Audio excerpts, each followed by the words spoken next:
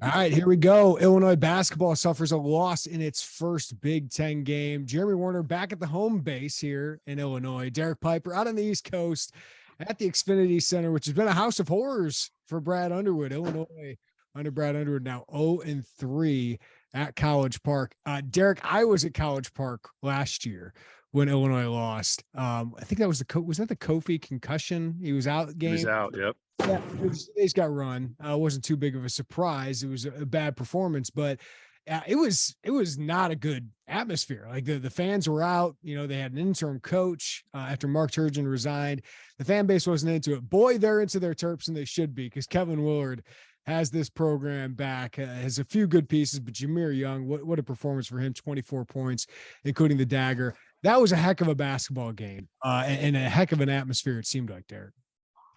Really was kickoff Big Ten play. It was a high level, and this place is, I mean, it's a great basketball program, a lot of tradition. You got Gary Williams sideline. It's their annual Gold Rush game. Scott Van Pelt in the house. It was, and a 9 p.m. local start. So on a Friday night, it was jumping as expected, and they should be excited because you and I circle back. You and I high on this Terps team going into the year. Probably not, I feel like I wasn't high enough. I feel like I should have been more bold and ballsy and put them in my top 5 in the Big Ten, because they had that potential. Now it's still very early, but they got a great starting 5. Jameer Young was a huge addition, the local product just down the road to Matha.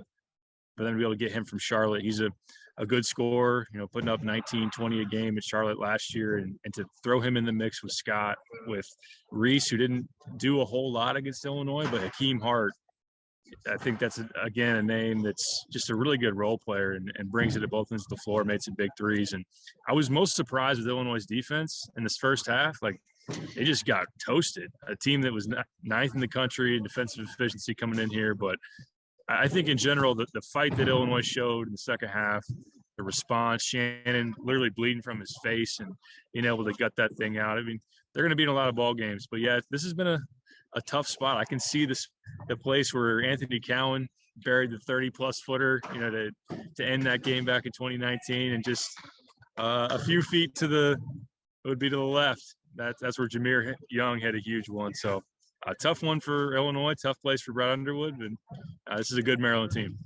Brad Underwood said in the post-game press conference he remembers 2019 game, and he said somebody was suspended after it. I don't even remember that game well enough, Derek. Do you know what he was talking about? I honestly didn't. No, I was here. I remember Illinois was up early in the first half and was putting it to Maryland, but let them slowly but surely work their way back, and Cowan was really good, and Illinois was before the breakthrough. That was early in the Big Ten schedule, and they just ultimately couldn't close it. They let it slip through their hands. I was a freshman. Is that a freshman year Kofi? Freshman Kofi, sophomore Io. The signs of them competing in that game in this building was an indication of what was to come. But yeah, it was just another one of those tough, gut-wrenching losses. Derek, there were a lot of positives here. The second half defense, you said first half was awful. Second half, 8 for 22 for Maryland. The free throws really came back and hurt Illinois. We'll get into maybe some questionable foul calls, but I thought they did a pretty good job on Dante Scott. I mean, 12 points on 13 field goal attempts. He had some great passes to Hakeem Hart, but the veterans were really good. I mean, Terren Shannon coming back from that massive cut. Like, Illinois was probably lucky that Julian Reese got a foul because it was Dane pushing it into him, but to come back and play the way he did down the stretch. Coleman Hawkins has been phenomenal the last couple of games, not as efficient scoring the ball today, but he carried them for the first half. And then RJ Melendez with the big second half. But what this game came down to, right, was one team had freshman guards. The other team had Jameer Young. I don't think Donald Carey played very well, 5 points on 6 field goals. But this is kind of the script you and I aren't surprised about. You wrote in your prediction, this could kind of be the case because this is what we expected from this team early on, is they need experience. It's the one thing they're missing, especially at that guard position. And Sky Clark played 31 minutes, 6 points. Jaden Epps, 2 points in 10 minutes tonight. Ty Rogers, non-existent. Sincere Harris looked like he was gimpy, 5 minutes tonight. They rely so much on freshmen, they can't have that.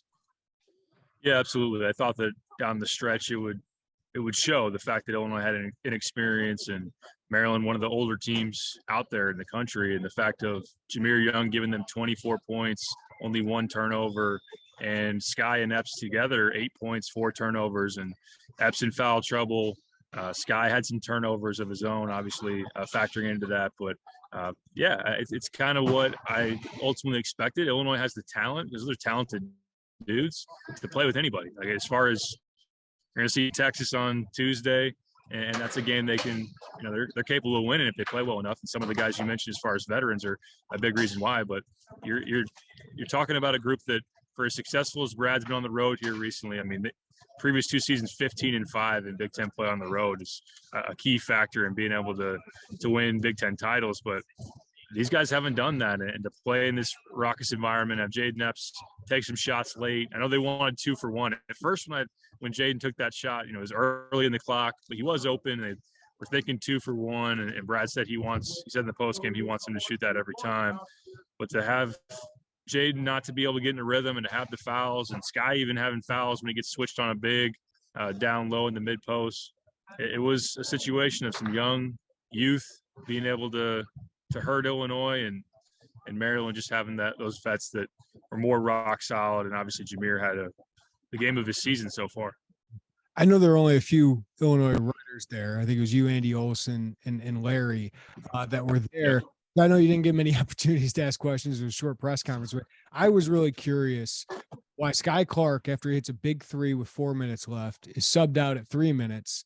And Jaden Epps, who played 7 minutes, I believe, at that point in the game, not in a rhythm. Sky looked like he was in a rhythm. So I was curious of why he made that move, because Jaden Epps, that shot, it was an open shot. I still would have I get the 2 for 1, but I would have liked Terren Shannon or Hawkins to touch the ball with the way they were playing. And maybe if RJ Melendez or Dane Danger makes field goal, you're fine with it. But I think they wanted Epps to shoot that shot, and he did. But I just thought Jaden was 0 for 3 in the final 3 minutes. I wonder how that game would have gone if Sky Clark were in the game. It's nothing against Jaden, because we've seen him, be big and hit some big shots, but I just thought it was an interesting decision by Underwood.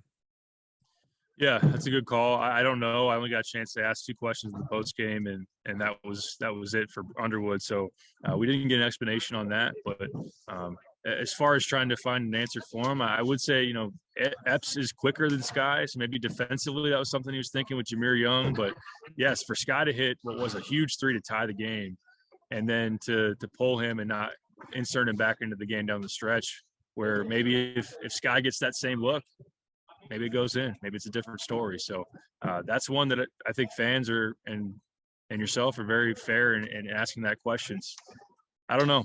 I'm not sure. Didn't get an answer on that. I'm sure maybe a follow-up when Brad talks to the media again, we'll be able to circle back and bring that up. But that was something that was a key moment in the game, and Illinois wasn't able to execute. And then, of course, Jahmir gets the 3 to be the dagger. Yeah, and they were bringing it up on the BTM post game, and Michael Tulip texted me it as well. Terrence going under that screen in that moment, that hurt. And Brad brought up that he should have taken Dane off the court so that they could switch everything, because that was bothering them in the second half. I know in the first half people were upset about the switching because they were finding so many open shots, especially Akeem Hart. But I thought it was really bothering Maryland in the half court. It seemed like Illinois backed off the pressure a little bit and just guarded in the half court. And they were great. And then Jahmir Young, of course, great play. But Shannon going under the screen gave him a little bit of room there. Yeah, and then when you switch, you have to double. And Illinois kind of got caught in between sometimes, where the weak side was trying to come over and help in the lane, but it didn't get there quick enough. And then the corner where Akeem Hart's already rolling, getting those threes, and they just had some defensive breakdowns, and that was really evident in the first half. Second half was much better, but for Shannon to go under that screen, and I get it. I think late in the game to try to get Coleman, because Coleman had played so well off the dribble, getting to the rim early in the game, hitting some threes.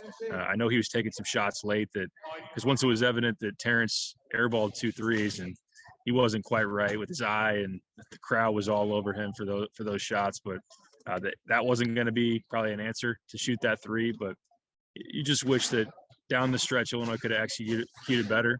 And the same could have been said for the Virginia game. I mean, we're talking about the difference where Illinois is up on Virginia, 3.5 to go. Illinois tied with 3 to go here, and that's the difference between winning and losing. But you can learn from that for sure.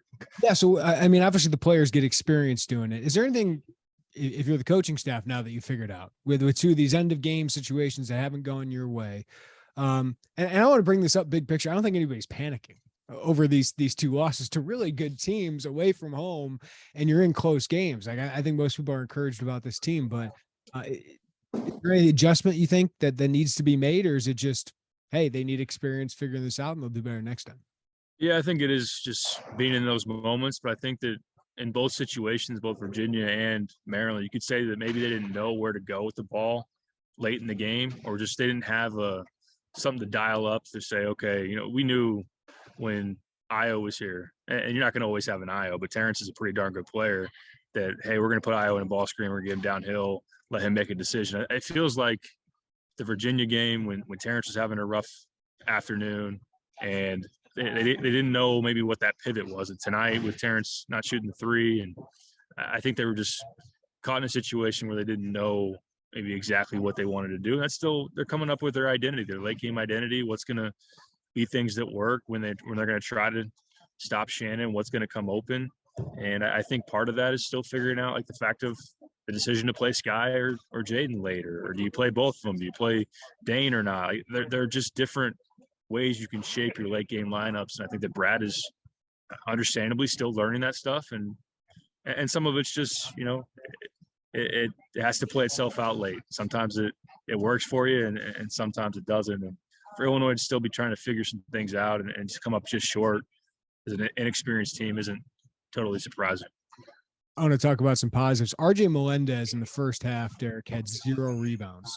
We could talk about the points he scored, which are big, 8 of his 13. He had 7 rebounds in the second half. There were some, I hate using this sometimes with players. There were some times that Onoa gets on him for what he calls soft plays. He got after it in the second half. So I wonder what was said at halftime to RJ Melendez. He was fantastic. We talked about Coleman. Terrence, they were just tougher. They were their tougher team, I thought, in the second half. Made some big mistakes late, didn't make the shots, but that was encouraging to see. To come back from 11 down because you were the tougher team. Like that was impressive in that environment. Yeah, I don't know what the offensive rebound splits were. Ultimately, I know Maryland was getting after on the glass, had at least 6 or 7 there in the first half. Yeah, it was 13. Illinois had offensive rebounds. Maryland had 10. Illinois had let me get it. Second chance points, 17-7. Yeah. Where Maryland was going there in the first half, where number one, they weren't missing very much. And then when they did, I think halftime, they had gotten back half of their misses. And it seemed like Maryland just had that extra edge and energy to win a lot of those effort plays in the first half. And Illinois was able to flip that switch. And really, when they were on the ropes down 10 and Terrence is on the bench getting looked at with his eye and bleeding, it looked like they could get blown off the floor. But that was kind of an inspiring thing for this team to fight even harder, to make sure they were getting stops. And I think RJ going to the glass was a good thing. I mean, you look ultimately offensive rebounds, like Terrence, well, he didn't shoot it well after coming back in. He kept getting those tip ins. He was just all around the basket as far as activity. He had 4 offensive rebounds. Coleman had 4. So that was a team that definitely showed grit and fight. I mean, the execution is still needing to be improved. I think it will come with time, and you can't have a substitute for experience when it comes to the freshman guards. But in terms of the toughness and resiliency, I mean, those are things that you like to see early on of this team. This team plays hard. They play incredibly hard. And to come back from a 17-2 run, like that could have been a fold time in the first half, and then to come back and do that and then do it again in the second half. I love that resilience from this team. They needed Matthew Meyer tonight in 4 fouls in 14 minutes, just didn't play, never got into a rhythm. Man, it's just, you're still waiting. I know UCLA was good. He's done some good things. You're still waiting for that real, maybe UCLA was one of them, but that real breakout, because with the freshmen struggling, Ty Rodgers really struggling.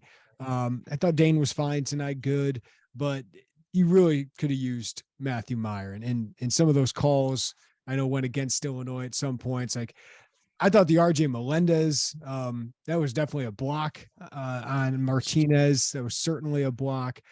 There were some bad calls at certain. Epps' second foul, which was called an offensive foul, was a really bad call. And yeah, there's another one in the second half I'm forgetting, but some calls went against them. But man, Meyer, they needed him on the court tonight.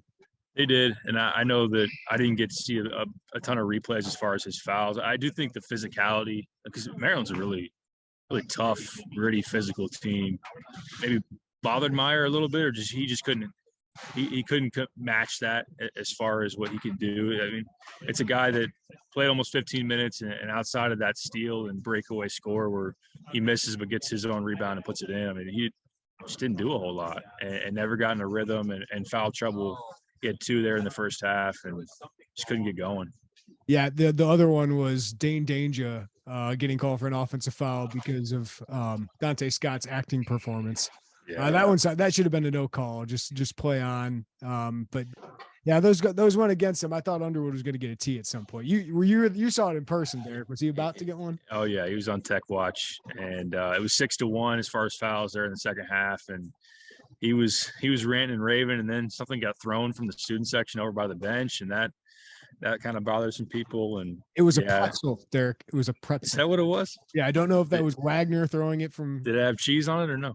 Yeah, Wagner's a big soft pretzel guy, so yeah. I don't think he appreciates somebody, wasting away a soft pretzel. I don't know if it was a good one or a bad one. But no, that was tough. There were some tough calls against Illinois. But in the end, I thought a couple of them, Terren Shannon, had to travel, and they gave him some free throws.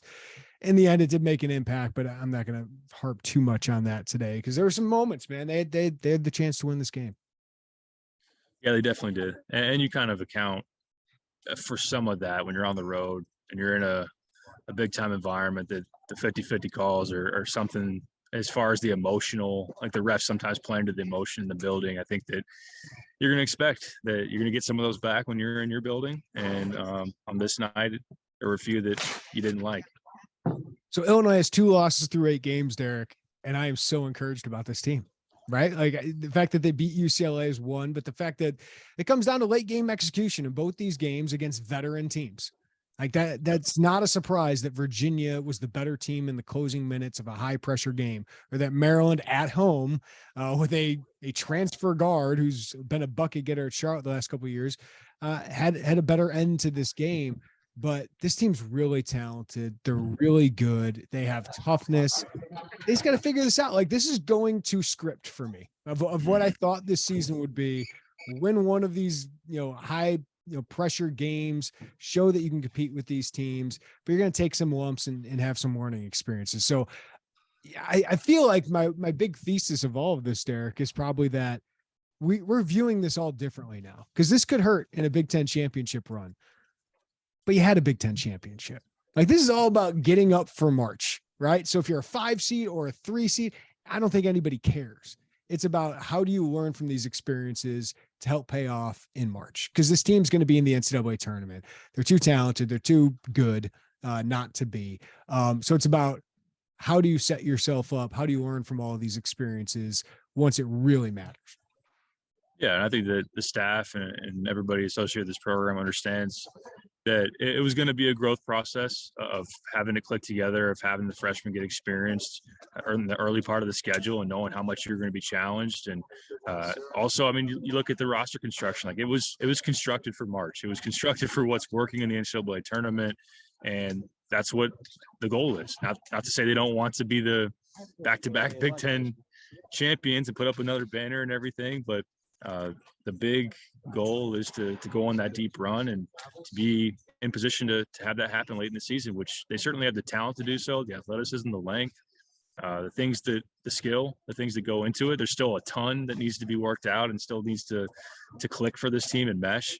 But I think that all in all, I would still say they're ahead of the curve as far as what I would expect, just where some of the recent examples as far as parallels, comparable teams. I mean, it's easy to just pull up Michigan last year and look at them going to Vegas and playing Arizona and losing by 20 versus Illinois, how they beat UCLA, how they competed against Virginia.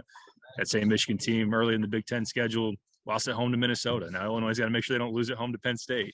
Yeah. But this type of performance, I think Maryland is well suited to obviously compete early on with their experience. And this was a high level basketball game. Like Maryland's got a chance to make some real noise, not only in the league, but maybe in the postseason as well. But another thing, as far as going back to the offseason, like I wouldn't have expected Matthew Meyer to be in this spot. Like I know that with the back injury and everything, you just wouldn't have factored in like how much he's been struggling or not been that guy in comparison to Baylor, and the fact that Illinois is still in these games and has already beaten UCLA and could have very well won tonight in Virginia. And to not have Matthew Meyer look like one of the best transfers in the country, like that would have been somewhat surprising how much he's supposed to mean to this team. Yeah, can I say this too? I know he's a freshman, but Ty Rodgers is not really giving you anything. No. Right? Like I want to give him a reprieve because he's a freshman, but the thing is he did all these things that most freshmen don't do and that he could help you. Like he's obviously right now is 0 mostly on offense. I know Syracuse, he had some nice plays in that zone, which was a solid game for him. But really, in the big games, UCLA, Virginia, Maryland, he has not really made an impact. So the fact that those two are not doing that right now, and you're still a really good basketball team, is almost encouraging, but you do need those guys at some point to start really, really contributing here. Starting with Tuesday, right? I mean, Texas is really, really good, really athletic, another team that can be physical. And yeah, Matt, as far as a veteran that's been there before, it's a broken record, but certainly you still, nothing's changed as far as those guys' talent. I mean, Ty was on Team USA for a reason. I think it's a little surprising because I would have pinpointed him as the most college ready of any of these freshmen coming in because of that experience, because of his physicality and everything. But it's taken a while. And yeah, offensively, he's not much of an asset. They haven't asked him to do a ton as far as like facilitating and stuff like that. Because back in the summer, it was like, oh, he could play some point guard at times. You haven't seen any of that. I think it's shown that he's a little tentative offensively and limited as far as his jump shot. And defensively, he didn't foul tonight, but he's kind of had I wondered how he'd do against Scott, which Scott didn't go off like crazy. But yeah, Ty's still got to click and figure it out. Still pretty early, and then also same for Matthew Meyer. But I think on the flip side of that, like what Dane, it took a while for Dane to really settle in, but tonight, once he got going, he was really good. And then I know we've seen Sky and Jaden have their moments. I think maybe in the back of some people's minds, like after seeing tonight, is like, will inexperienced point guard play ultimately kill you when it matters down the stretch? Maybe, maybe not. Those guys are really talented. There's a lot of basketball to be played before your season's on the line. Yeah, it took Malachi Branham a little while to get going in that position. I'm not saying either of those guys will be that good, but it takes some time at this level. Yeah, like Meyer and Rodgers, maybe not as good as you thought early, but Shannon, Danger, and Epps, I think, have been better than expected. And I just can't say enough about Coleman Hawkins the last couple of games there. I just want to shout him out again because I just thought he carried you in the first half. And defensively, man, he is just an animal around the rim. And I think Danger too. Like, I don't know if we talk enough about his defense, what he does on that end. Before he needs to cut down the turnovers a little bit, mostly offensive fouls, but those two defensively there give Illinois so much at the rim. And I know you wrote about it this week. Yeah, 7 blocks tonight. Their 2-point field goal defense has been awesome. Coleman, obviously, with his switchability, his length, his activity, the way he just came out, it was like shot out of a cannon tonight. And it was just the rolling momentum of triple-double Syracuse and just super confident Coleman Hawkins. They needed him to be as aggressive as he was offensively, taking a couple deep threes in the first half, getting to the rim off the bounce. It was almost like Coleman couldn't take enough shots because of Terrence was slow to get going. I know Akeem Hart being on him was part of that. But, yeah, I think Dane – with the 7'7" wingspan and a guy that has a knack for swiping at the ball and also can go straight up. We know that he's strong enough to be physical there down in the post. And I mean, Julian Reese didn't have a marquee game by any means against your front line. So it's been more as far as figuring out defensively, they've been really good on the whole. It's kind of understanding your rotations and being solid in those. And I think switches is an interesting I understand why some people are mad, or not mad, but wondering, are you switching too much? Are you switching into mismatches? How do you combat that when Sky's on a big man, or and that just puts you kind of in that spin cycle as a defense? That's something they got to figure out, but still pretty early, and those are things to address. still early in this project, right? It's still early in this Right. project, but man, the tests don't get any easier. Number 2 Texas, Derek. Joey Wagner and I will meet you out there in NYC. I saw them play last night. Creighton, I thought Nemhard was great in that comeback, but boy, Texas has bucket getters, length, they got athleticism, and they got depth. This is the best roster for sure that Illinois has played all season. Yeah, definitely. And we know very well the guard play, Marcus Carr, Tyrese Hunter from Iowa State, and Carr had a great game against Creighton. I know that it wasn't the best shooting game from Texas. Maybe that's one thing that if you're going to try to poke a hole in their team or their resume, it's maybe they're not the best shot making team from the perimeter, but they're going to challenge you downhill. I mean, athletically, lengthwise, they're probably as good as anybody out there.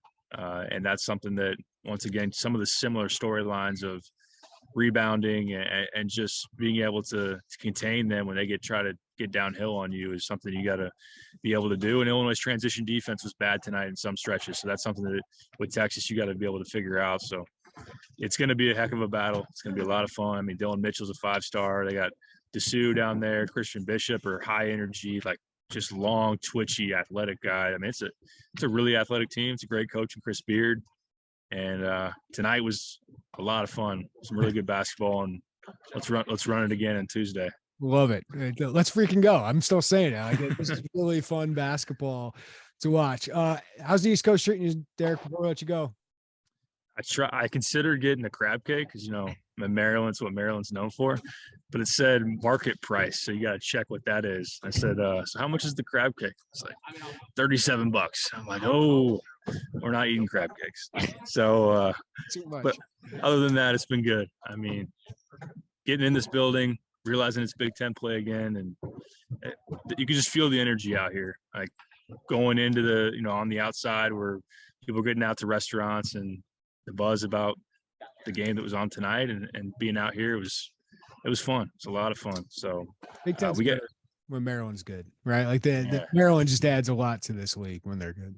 Yeah, they definitely do. But early flight this morning, got out here, got settled, got a little nap in, and we're ready to go see Imani Hansberry tomorrow. He was in the house tonight, and Andy Olson and I are going to check out Imani Hansberry, and really excited to see Illini commit in action. Well, I'll tell Andy how much. Ask him how much I owe him. I still need to owe him a little bit of money for this trip. But Joey Wagner and I will meet you out there, Derek. Thank you as always for the time. Get some sleep, man. Look forward to it. Safe travels to you guys, and I'll see you in New York. All right, everybody, thank you for listening to the Illini Inquirer podcast. Give us a follow, rating, review wherever you get your podcasts. Check us out on YouTube as well, and check out all our content at IlliniInquirer.com. Derek will have plenty from the East Coast, and Joey Wagner and I will meet him out there soon. Everybody take care of each other. Have a great day. We'll talk to you next time right here on the Illini Inquirer podcast.